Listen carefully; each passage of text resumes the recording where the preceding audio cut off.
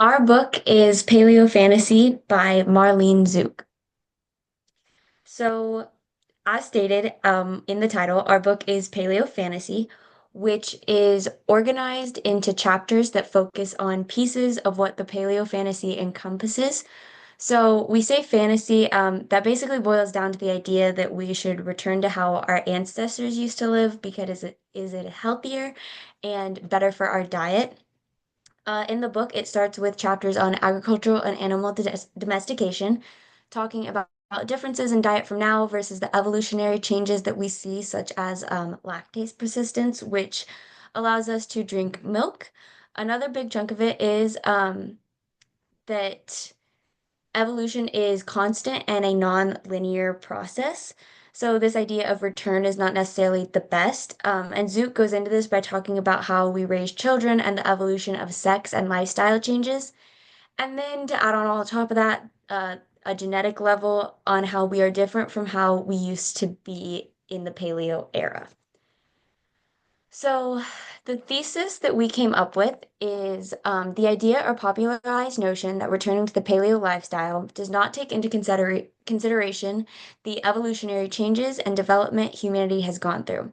The paleo fantasy is a myth that is not supported by scientific research. So, Zook spends a lot of time in this book talking about how there is not one correct way of living. And to summarize it as there is a very narrow approach to understanding our evolutionary changes.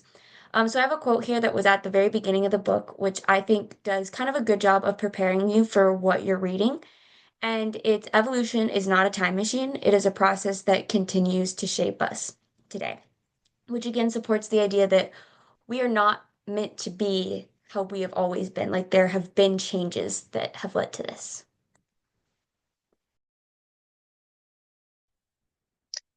And before we move on to the evidence, we just want to go over a little bit about what exactly the paleo lifestyle is.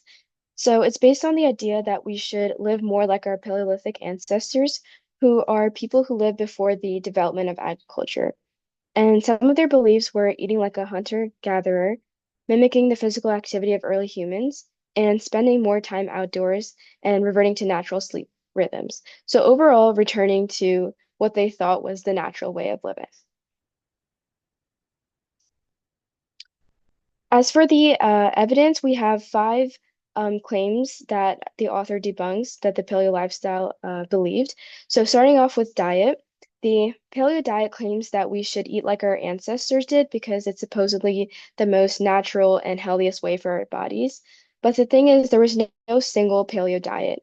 Early humans ate pretty much what they could find, which depended heavily on where they lived and what was in season. For example, some groups relied heavily on meat, while others ate mostly plants and starches. And our bodies have definitely changed since then. Lactase persistence is our ability to digest dairy into adulthood, and it has evolved only after we started domesticating animals. And that's a clear example of recent genetic adaptation to a new food source. Another great example is how different populations around the world digest starch. Populations with a long history of farming and eating starchy crops have more copies of a gene that helps break down starch. So even our digestion reflects our food history and shows that humans have been evolving with their environments and diets all along.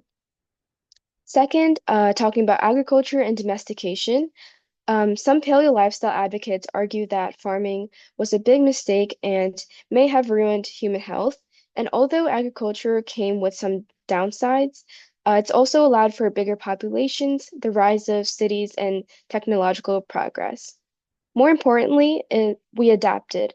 Living close to animals introduced new diseases, but over time we developed resistance to them. And our bodies also changed with our diets. Domesticated plants and animals became staples, and we evolved to handle them. So the idea that farming was purely negative ignores the massive role it played in human development, not just socially, but biologically as well.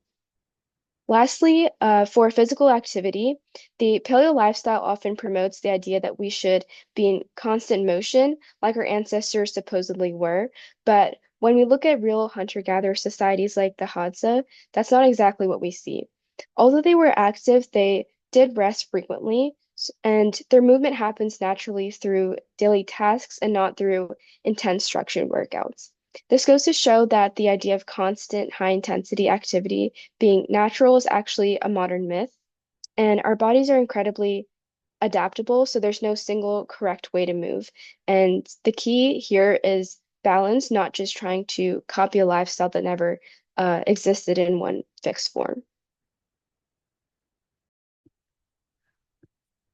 Our next claim is about the sex and gender roles. So the paleo lifestyle tells us that we should mimic the mating and gender roles of our paleo ancestors.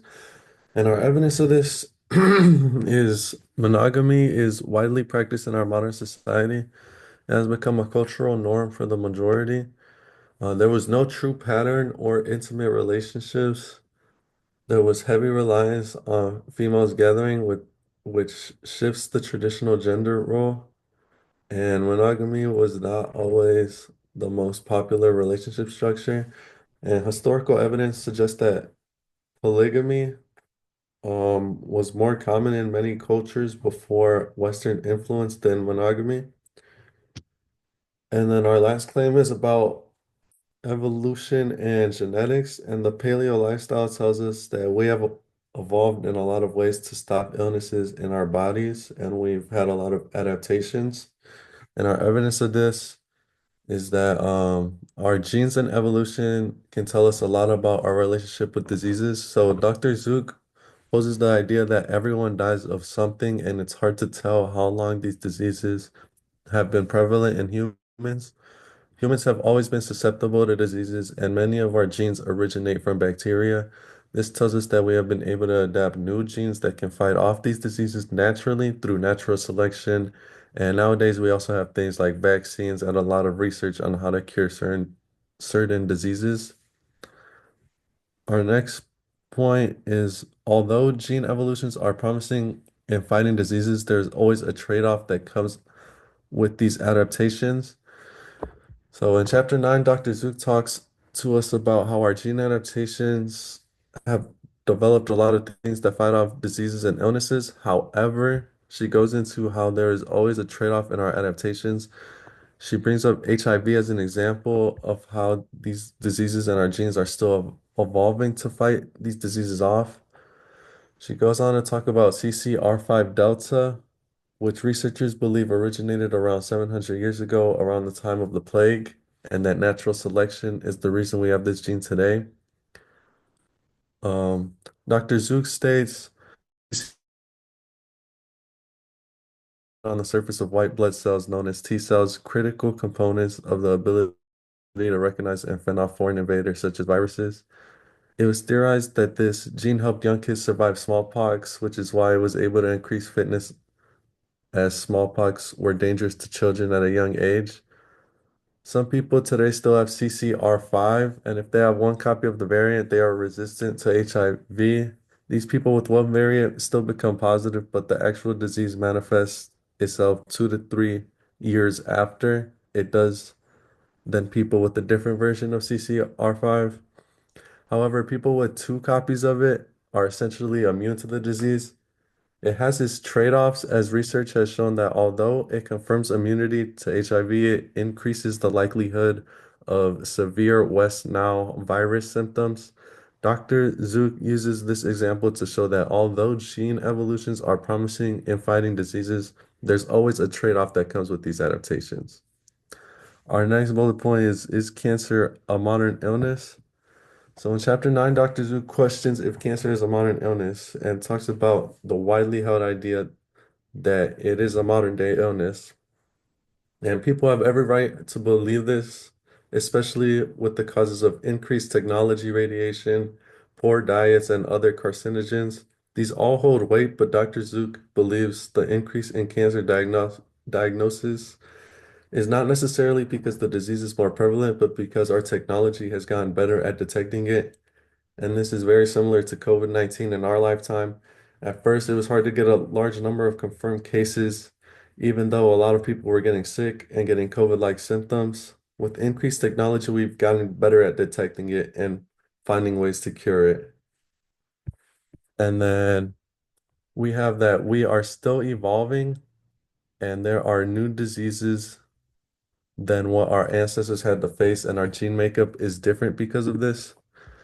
In the final chapter of the book, Dr. Zook tells us not to dwell on the past and instead realize that we as a human race have changed in many ways.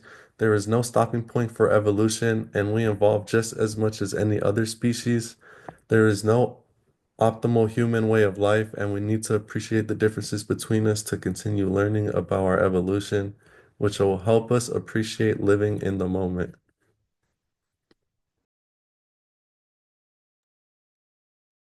Some strengths of the evidence that supports our thesis is that Zook writes in accessible language and use of peer-reviewed evidence and other perspectives and findings to ground and back up her own. This is seen when she mentions Charles Darwin and his analysis of sexual selection and the Tibet and Andes people who live in the mountains, and they have a gene mutation where they have normal hemoglobin levels, even though they live in a lower oxygen environment.